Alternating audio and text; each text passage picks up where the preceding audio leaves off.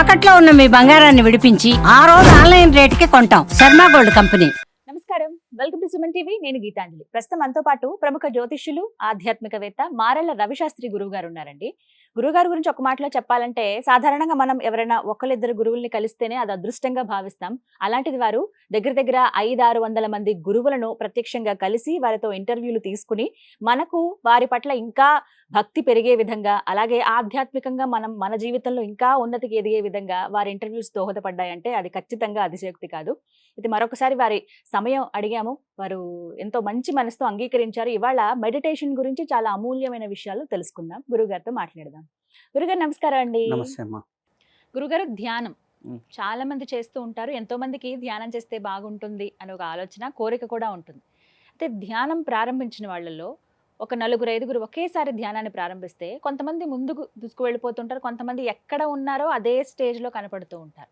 వీటికి కారణాలు మాట్లాడదాం. అలాగే ధ్యానంలో ఏ అడ్డంకులు లేకుండా ముందుకి వెళ్ళిపోవాలంటే గనక ఏవేవి ఖచ్చితంగా పాటించాలి, నియమాలంటూ ఏమన్నా ఉంటాయా? అంటే ధ్యాన సాధన అనేది చేస్తున్నప్పుడు ఒక సాధన, నువ్వు ఏదైనా సాధన పట్టుకోండి. ఒక సాధన చేస్తున్నప్పుడు సాధనకి మనిషికి 2 కాళ్ళు ఎలాగనో, బాడీ ఎలాగనో, మనకి 2 కాళ్ళలాగా ఉపయోగపడేది స్వాధ్యాయము, సజ్జన సాంగత్యం. చాలామంది మిస్ అయ్యేది ఏంటంటే, ధ్యాన సాధనలో కొంతమంది స్పీడ్గా ముందుకెళ్ళారు, ఓకే మంచిది. కొంతమంది స్లో అవుతున్నారు. ఎక్కడ అవుతున్నారు? లేకపోతే లైఫ్లో అయినా కొంతమంది స్పీడ్గా ముందుకెళ్తున్నారు, కొంతమంది స్లో అవుతున్నారు. ఎక్కడ మిస్ అవుతున్నారు అంటే స్వ అధ్యయనము. స్వ అంటే నిన్ను నువ్వు అధ్యయనం చేసుకోవడం, అంటే నీలో ఏం జరుగుతుంది, నిన్ను నువ్వు అధ్యయనం చేసుకోవడం అనేది ఒక మీనింగ్ అయితే, మంచి అంటే వారి జీవితాలని పండించుకున్న వాళ్ళ పుస్తకాలను చదవటం. అంటే ఫర్ ఎగ్జాంపుల్, నువ్వు మెడిటేషన్ చేస్తున్నావు, మెడిటేషన్ తాలూకు బాగా పరిపక్వత చెందినటువంటి కొన్ని గ్రంథాలు ఉంటాయి, దాన్ని చదవటం. మీకు వీడియో పరంగా అయితే, మెడిటేషన్ పరంగా అయితే ది స్పిరిచువల్ రియాలిటీ అని ఉంటుంది, అది చాలా హెల్ప్ అవుతుంది. స్టార్టింగ్లో మీకు అనమాట యూట్యూబ్లో ద స్పిరిచువల్, ఇది 70-80 మంది గురువులు కరెక్షన్ చేసి పెట్టినటువంటి వీడియో. 1997లో యానిమేటెడ్ మూవీ అనమాట, 97లోనే వచ్చింది. సో ద స్పిరిచువల్ రియాలిటీ అని. అలాగే మనకి స్వాధ్యాయనంలో మంచి హిమాలయ యోగుల పుస్తకాలు, ఒక యోగి ఆత్మకథ, అలాగే సక్సెస్ఫుల్ గురు స్టోరీస్, సాధనలో ముందుకు వెళ్ళిన వారి స్టోరీస్, అలాగే మంచి మంచి గ్రంథాలు ఉన్నాయి. వాటన్ని పుస్తకాలని, సాధనలో ముందుకు వెళ్ళిన వాళ్ళ యొక్క గ్రంథాలని నువ్వు చదువుతూ ఉంటే ఆటోమేటిక్గా నీకు తెలియకుండానే, ఓహో మనం ఈ స్టెప్ దాకా వచ్చాం, నెక్స్ట్ ఈ స్టెప్కి వెళ్తాం, ఈ స్టెప్కి వెళ్తాం, ఓహో నాకు ఇవి ఉన్నాయి, ఇవి సరి చేసుకోవాలి అని తెలుస్తుంది. అలాగే సజ్జన సాంగత్యం. సజ్జన సాంగత్యం నువ్వు చేస్తూ ఉన్నప్పుడు ఏమవుతుందంటే, ఒక గురువు దగ్గరికి వెళ్ళి నీకు తెలియకుండానే నువ్వు సాధనలో వచ్చే డౌట్స్ నీకు తెలియకుండానే వారి దగ్గర ముందర ఉంచినప్పుడు ఆటోమేటిక్గా వారు అనుభవంతో అవి కరెక్షన్ చేస్తారు. సో ఎప్పుడైతే కరెక్షన్ అయిపోయినాయో ఆటోమేటిక్గా వెళ్తారు. ఇప్పుడు ఒక జంక్షన్ దగ్గరికి వెళ్తారు చాలామంది, ఆ జంక్షన్ దగ్గర 3 రోడ్లు వస్తాయి, ఎటు వెళ్ళాలో తెలియదు, ముందుకి 3 రోడ్లు కనిపిస్తుంటాయి, అక్కడే ఆగిపోతారు. లేదు, కొంతమందికి ఇప్పుడు ధ్యానం చేస్తున్న వాళ్ళలో కొంతమందికి నేను గమనించాను. ఒకరు నా దగ్గరకు వచ్చారు, చాలా అద్భుతంగా ఉంది ధ్యానం, చాలా అద్భుతంగా ఉంది, చాలా హాయిగా ఉంది, నేను గంటలు ధ్యానం చేస్తున్నా, మంచిదే, హాయిగా ఉంది, వాట్ నెక్స్ట్? ఆ హాయికి తర్వాత ఏమవుతుంది, తర్వాత స్థితి ఏంటి, అక్కడే ఆగిపోతే అర్థమైందా? సో అది అక్కడ ఆగకూడదు, నెక్స్ట్కి వెళ్ళాలి. అంటే ఒక స్థితి చాలా అద్వితీయంగా ఉంటుంది, ఆ అద్వితీయంలోనే మునగకూడదు.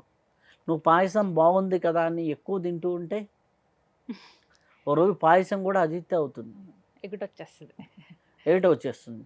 సో అలా కాదు, ఆ స్థితిని దాటి నెక్స్ట్ స్టెప్స్కి వెళ్ళాలి అంటే సజ్జన సాంగత్యం, స్వాధ్యాయం అనేది అవసరం. సజ్జన సాంగత్యం నువ్వు ఎంత చేస్తున్నావు, స్వాధ్యాయం అనేది ఎంత చేస్తున్నావు, ఈ రెండిటిని ఆధారం చేసుకొని ఉంటుంది. నేను ఫర్ ఎగ్జాంపుల్ రోజు సాధన చేసే వాళ్ళకి నేను మామూలుగా చెప్పేది ఏంటి అంటే, ఒక అర్ధగంట ఫిజికల్ ఎక్సర్సైజ్ చేసుకోండి, ఒక అర్ధగంట స్వాధ్యాయం చేసుకోండి, ఒక అర్ధగంట సజ్జన సాంగత్యం చేసుకోండి, ఒక అర్ధగంట ప్రాణాయామం చేసుకోండి, 1 గంట సాధన చేసుకోండి. ఇలా 3 గంటల పాటు మీ జీవితంలో మీరు ఆధ్యాత్మికంగా జీవించి 21 గంటల పాటు మీరు భౌతికంగా జీవించండి. మీరు హ్యాపీగా ఉంటారు. ఇలా కాకుండా నువ్వు వేరే రకంగా ఎలా జీవించాలన్నా ఇప్పుడు సాధన బాగా చేస్తున్నారు, ఏం జరుగుతుందనే తెలియదు. సాధన బాగుంటుంది, ఒక స్థితికి వచ్చేసరికి అయిపోతుంది. ఇప్పుడు స్కూల్కి వెళ్ళాడు పిల్లవాడు, బాగుంది స్కూల్, ఆడిపిస్తారు టీచర్స్, సంవత్సరం కొద్దీ స్కూల్కే వెళ్తున్నాడు అనుకోండి, 10 ఏళ్ళు వచ్చినాయి, 5th క్లాస్ బాగుంది, 20 ఏళ్ళు వచ్చినాయి, 5th క్లాస్ బాగుందంటే అది కరెక్ట్ కాదు కదా. ఇంకా పైకి వెళ్ళాలి, ఉన్నతి. హై స్కూల్కి వెళ్ళాలి.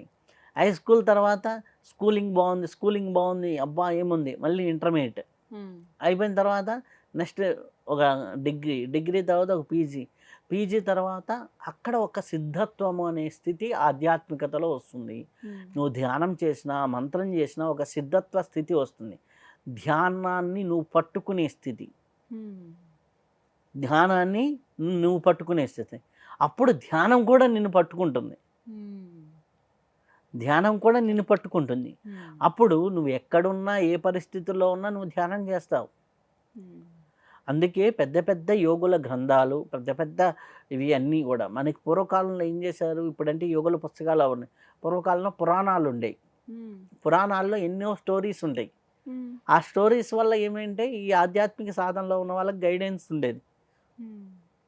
అలాగే మనకి ఇతిహాసాలు ఉన్నాయి, దీంట్లో ఎంతమంది ఋషుల చరిత్రలు వస్తున్నాయి, ఎంతమంది ఇది వస్తుంది. మహాభారతం చదువుకుంటే మహాభారతంలో ఒక చిన్న అంటే చాప్టరు భగవద్గీత, మహాభారతంలో నుంచి తీసుకుంటే చిన్న చాప్టర్ భగవద్గీత ఇంత ఇంపాక్ట్ చేస్తుంటే ముందర వెనక ఉన్న మహాభారతం, 1,00,000 శ్లోకాలతో ఉన్న మహాభారతం, 32,000 శ్లోకాలతో ఉన్నటువంటి వశిష్ఠ గీత, అలాగే వశిష్ఠ గీత అంతా కూడా ఏంటి, రాముడు క్వశ్చన్ చేస్తూ ఉంటాడు, వశిష్ఠుల వారు సమాధానం చెప్తూ ఉంటారు. ధ్యానంలో వచ్చేటటువంటి, యోగంలో వచ్చేటటువంటి మమకారాలు, వీటన్నిటికీ రాముల వారికి వచ్చిన సామాన్యమైన డౌట్లాగా ఒక్కోటి అడుగుతాడు, వశిష్ఠుల వారు సమాధానం చెబుతారు. అవి మనకేంటంటే ఇప్పుడు కర్మ సంస్కృతం అనేది మన ఎడ్యుకేషన్లో భాగం కాకపోవటం వల్ల అవన్నీ కష్టమైపోయినాయి. భగవద్గీత అంటే మనకేంటి 700 శ్లోకాలు, 700 శ్లోకాలు అంటే 1400 లైన్లు. నీకు సంస్కృతం బాగా వస్తే 1400 లైన్లు అర్థం చేసుకోవడానికి ఎంత టైం పడుతుంది? సంస్కృత పండితుడికి చాలా టైం పట్టదు. భగవద్గీతని 1 నెలలో బాగా నేర్చుకోవచ్చు, వశిష్ఠ గీతను ఒక 1 yearలో నేర్చుకోవచ్చు. అలాగే మనకి చూసుకుంటే చాలామంది గురువులు, ఉపనిషత్తులు ఉన్నాయి.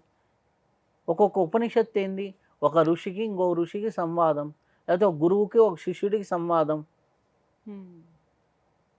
ఆ ఉపనిషత్తు సారము ఒక్కోటి నేర్చుకుంటే మనకి ఎంత ఉపయోగపడుతుంది. అంశోపనిషత్తు ఉంది, శ్వాస గురించి ఉంది. దాంట్లో శ్వాస గురించి చెప్పిన ఉపనిషత్తులే 40 పైన ఉన్నాయి. మనకి గట్టిగా గాలి ఎలా పీల్చుకోవాలో 40 ఉపనిషత్తులు చెప్పినాయి. అంటే వీటి ద్వారానే మనం ముందుకు వెళ్ళొచ్చా అండి? అంటే ఇది సజ్జన సాంగత్యం, స్వాధ్యాయం ఇక్కడ జరుగుతుంది. దీన్ని తీసుకెళ్ళి గురువుల దగ్గర మనం, నాకు ఇది నేర్చుకున్నాను కరెక్టా కాదా అని చెక్కింగ్ గురువుల దగ్గర సజ్జన సాంగత్యంలో చేసుకోవాలి. ఈ 2 కాంబినేషన్తో నువ్వు సాధన చేసావనుకోండి, అప్పుడు అద్భుతంగా ఉంటుంది. దీనికి సింపుల్ ఎగ్జాంపుల్ నేను చెప్తా. ఓ సాఫ్ట్వేర్ ఇంజనీర్ ఉన్నాను, ఏదో ఆ కీ కొడుతూ ఉన్నాడు అనుకోండి, అబ్బా నేను ప్రోగ్రామ్ చేస్తున్నా ఛాన్సేపు చేస్తున్నా, ఏం ప్రయోజనం లేదు. ఆ ప్రోగ్రామ్ వర్కౌట్ అవుతుందా అవ్వకపోవచ్చు, ఏదైనా జరగవచ్చు. కానీ నువ్వు కొట్టేది క్రీ కరెక్టా కాదా అనేది స్వాధ్యాయం చేసావనుకోండి, నేను నెక్స్ట్ ఈ స్టెప్కి వెళ్ళాలి, ఎలా వెళ్ళాలి అనే స్వాధ్యాయం చేసావనుకోండి, అది చేస్తున్నప్పుడు ఏదో డౌట్ వస్తుంది, అది సజ్జన సాంగత్యంలో సాల్వ్ అవుతుంది. ఈ మూడిటిని బ్యాలెన్స్, సాధన, స్వాధ్యాయం, సజ్జన సాంగత్యం, 3 సాల్వ్. సాధన, స్వాధ్యాయం, సజ్జన సాంగత్యం. స్వాధ్యాయం లేకుండా సాధన చేసామనుకోండి ఒక్కోసారి ఫెయిల్యూర్ అవ్వచ్చు. ఓన్లీ స్వాధ్యాయమే చేసుకుంటూ వెళ్ళామనుకోండి నీకు నాలెడ్జ్ ఉంటుంది, సాధన లేకపోతే అనుభూతి లేదు. ఓన్లీ స్వాధ్యాయమే ఉంది, బాగా భారతాన్ని చదువుతాడు, బాగా రామాయణం చదువుతాడు, బాగా ఏ ఏ గ్రంథాలు చదువుతాడు, ఒక యోగి కథలు చెప్తాడు, ధ్యానం అంటే ఏందో గట్టిగా మాట్లాడతాడు, వంట అంటే ఏందో బాగా మాట్లాడి మాట్లాడి బాగా చదివి చదివి చదివి గ్రంథాలు ఉన్నాయి. వంట గురించి అనుభూతి చెందితేనే కదా. అవును. చక్కెర తీయగా ఉండును అని ఎన్నిసార్లు స్వాధ్యాయం చేసినా చక్కెర నోట్లో వేసుకుంటే ఆ తీపి అంటే ఏందో అర్థమవుతుంది. అవును. సో నాకు ఈ లెవెల్లో తీపి ఉందా, ఏ లెవెల్లో తీపి ఉంది, ఎంత చక్కెర వాడాలి అని గురువు సజ్జన సాంగత్యంలో సరి చేస్తాడు. పాయసంలో పంచదార వేయాలని స్వాధ్యాయంలో నేర్చుకుంటాం, పంచదార ఎంతో కొంత చేసి పాయసం చేస్తాం. అరే ఇంత ఎక్కువ ఎత్తే ఇది పాయసం లాగా ఉండదు, హెవీ తీపుగా ఉంటుంది, కొద్దిగా తగ్గియాలి, కొద్దిగా పాలు పోయాలి, ఇట్లా ఇట్లా అడ్జస్ట్ చేయాలని సజ్జన సాంగత్యంలో క్లారిటీ వస్తుంది. అప్పుడు మళ్ళీ స్వాధ్యాయం చేస్తావు, ఓహో గురువు తెలుసుకున్నాను, ఇవి విషయాలు తెలుసుకున్నాను, మళ్ళీ స్వాధ్యాయం చేస్తాం, ఇంకా క్లారిటీ వస్తుంది, మళ్ళీ సాధన చేస్తాం. అప్పుడు ఇప్పుడు 50% కరెక్షన్ ఉన్నది, అప్పుడు ఒక 90% ఓకే అవుతుంది. మళ్ళీ సైకిల్ చేస్తాం, మళ్ళీ ఒక రోజుకి మాస్టర్ అవుతావు. నువ్వు మాస్టర్ కావాలి అంటే ఏ ఫీల్డ్ అయినా, భౌతికంగా కానీ నువ్వు సాధన చేయాలి, స్వాధ్యాయం చేయాలి, సజ్జన సాంగత్యం చేయాలి. ఈ 3 ఉండాలి. ఈ 3 లేకపోతే నువ్వు ఏ ఫీల్డ్లో ఉండలేవు, సక్సెస్ అవ్వరు. అంటే లెర్నింగ్ అనేది ఉండాలి, ప్రాక్టీసింగ్ అనేది ఉండాలి, దాన్ని అంటే ఎప్పటికప్పుడు ఎక్స్పీరియన్స్ పరీక్షలో రీకలెక్ట్ అనేది చేసుకుంటూ ఉండాలి, రీచెకింగ్ అనేది చేసుకుంటూ ఉండాలి. ఇదే భౌతికంగా కూడా. ఈ 3 చేస్తున్న వాళ్ళు ఒక సంవత్సర కాలంలోనే మంచి స్థితికి వెళ్తారు. ఒక 3 ఏళ్ళు సాధన చేసినప్పుడు ఈ 3 జరుగుతున్నాయి అనుకోండి. ఓ 3 ఏళ్ళు ధ్యానం చేస్తున్నాడు ఒక వ్యక్తి, రోజుకు 1 గంట ధ్యానం చేస్తున్నాడు, రోజుకు ఒక అర్ధగంట పుస్తకం చదువుతున్నాడు అనుకోండి. తెలియకుండా ఏమవుతుంది, ఒక 1 మంత్కి ఒక పుస్తకం, 3 ఏళ్ళు చేస్తే ఒక 36 నుంచి ఒక 50 పుస్తకాలు చదువుతాడు, 30 నుంచి 50 పుస్తకాలు చదువుతాడు. 50 మంది జీవిత చరిత్రలు ఇక్కడ ఉన్నాయి, నాలెడ్జ్.